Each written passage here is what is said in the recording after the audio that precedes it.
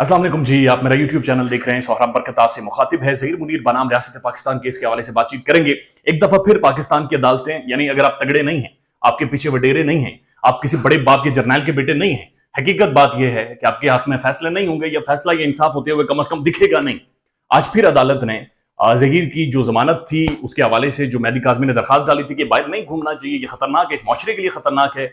और इससे पहले अदालतें खुद कह चुकी हैं कि इसने जो जुर्म किया है वो मुआशरे के लिए जुर्म है, वो इज्तमाई पूरे मुआशरे को इफेक्ट कर सकता है। लेकिन एक बार फिर जुडिशल विजडम मंजरेआम पर आता है और जुडिशरी ये समझती है या उनकी जहानत के मुताबिक, समझ या कानून के मुताबिक, जहीर और उसके जो सवालतकार है, उसकी जो वालदा हैं, उसके जो भाई हैं, उन्हें अंदर नहीं डाला जा सकता। इन्हें आज़ादी होनी चाहिए, ये बाहर घूमें फिरें, मौज मारें, ठट्ठे लगाएं, ये चाय शाय पिए, रोस्ट खाएं, एंजॉय करें जो होता है। और पुलिस का काम है उन्हें प्रोटोकॉल देना, उन्हें सलूट मारें, दुल्हन की तरह हाथ पकड़कर उन्हें साथ चलें। और this is what we are seeing जो हो रहा है कोर्ट में।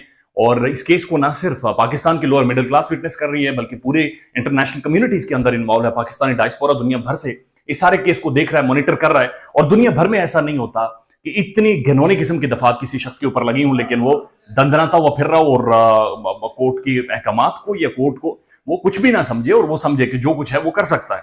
लेकिन इंपॉर्टेंट बात यह है कि ये डिटेल जजमेंट आएगी, पढ़कर आपके सामने रखेंगे। लेकिन एक बार फिर डॉक्टर फातिमा मंजरेआम पर आई हैं। ये बात समझ से बाहर है कि इस डॉक्टर को क्या टास्क दिया गया है, ये डॉक्टर है भी या नहीं है, ये कौन सी शख्सियत है।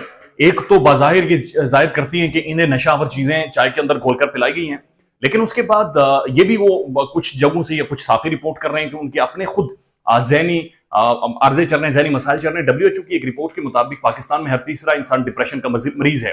तो यकीनन हम में, आप देखने वाले, हम सारे कहीं ना कहीं पर डिप्रेशन से इफेक्ट होते हैं, हमारे जहनी मसाइल होते हैं। लिहाजा जहनी मरीज होना कोई स्टिग्मा नहीं है, जहनी मरीज होना कोई बुरी बात नहीं है, या उसका इजहार करना बुरी बात नहीं है।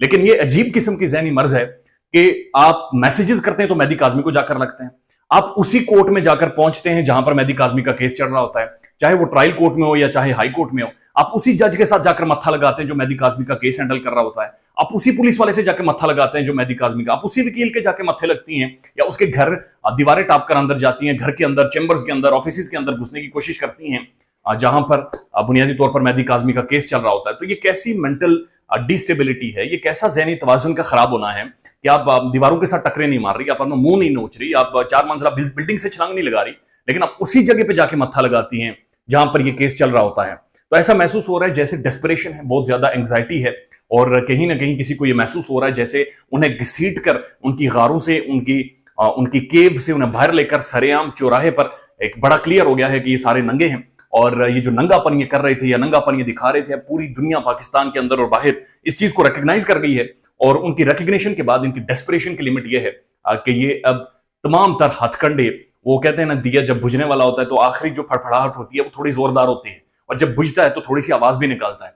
तो शायद ये वही आवाजें हैं, शायद ये वही आखिरी गोला है जो फटने के वक्त बहुत ज्यादा आवाज देगा, और वही आवाजें हमें महसूस भी हो रही हैं। मिस जुनैरा ने गुज़श्ता दिन एक वीलॉग में कहा कि अब वो कराची जाएंगी मेहदी काज़मी की बेटी से मिलने, और रोक सको तो रोक लो। मिस आप जाएंगी, आपको मेहदी काज़मी वारंट आपके जारी करवाएगा, आपकी इश्तिहारात लग चुके हैं, आप जगह जगह पर मतलूब हैं। तो कराची की कोर्ट्स आपको जबरदस्ती वहां से घसीट कर लेकर जाएंगी। रोक सको तो रोक लो, रोकना किसी ने है ही नहीं। आप कानून के सामने जाकर पेश हो, खुद को वहां से बरी करवाएं, और उसके बाद दोबारा से एक आइकॉन बने, दोबारा से काम काज करें, किसी को मसला नहीं होगा। लेकिन ऐसा नहीं हो सकता कि आप कानून से भागें। जब कानून हरकत में आए, जब आपके इश्तिहारात लग जाए, जब जगह जगह पर लोग आपको देखकर इश्तिहारी मुलजिम गर्दाने, आपको देखकर लोग अपने घरों के दरवाजे बंद कर दें, पुलिस फोर्स को 15 पे कॉल करके कहेंगे इश्तिहारी एक टोला यहां से गुजर रहा है, और उसके बाद जाकर आप कहें कि हम कराची जा रहे हैं, रोक सको तो रोक लो।